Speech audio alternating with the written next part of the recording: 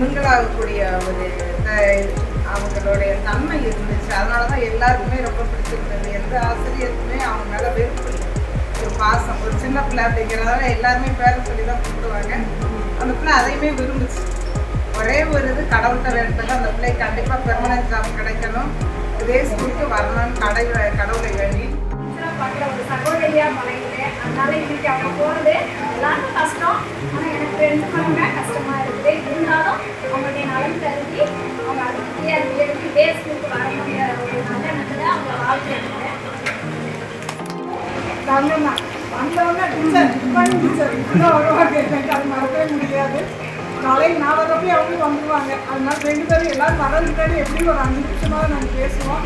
நான் தங்கத்தை ரொம்ப மிஸ் பண்ணுறோம். திரும்பவும் எக்ஸாம் எழுதி கண்டிப்பாக இதே ஸ்கூலுக்கு வரணும்.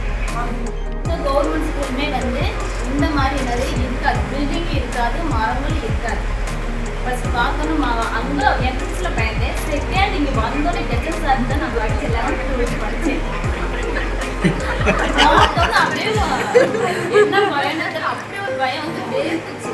அப்புறம் சார் வந்தோடனே நான் சாப்பிட்டு வந்துடுறேன் அப்படின்னா ரெகுலர் ஸ்டாப் மாதிரி என்ன செஞ்சாங்க, என்னை வழிநடத்தினாங்க. என்ன ஒரு கொஸ்டின் சொன்னாலுமே உடனே பார்த்து அதுக்குன்னு ஆன்சர் பண்ணாங்க.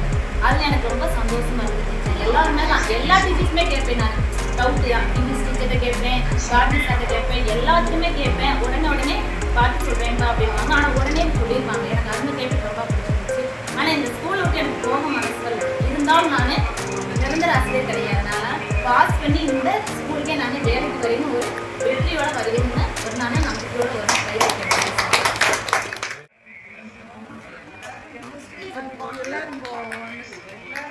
எல்லாரும்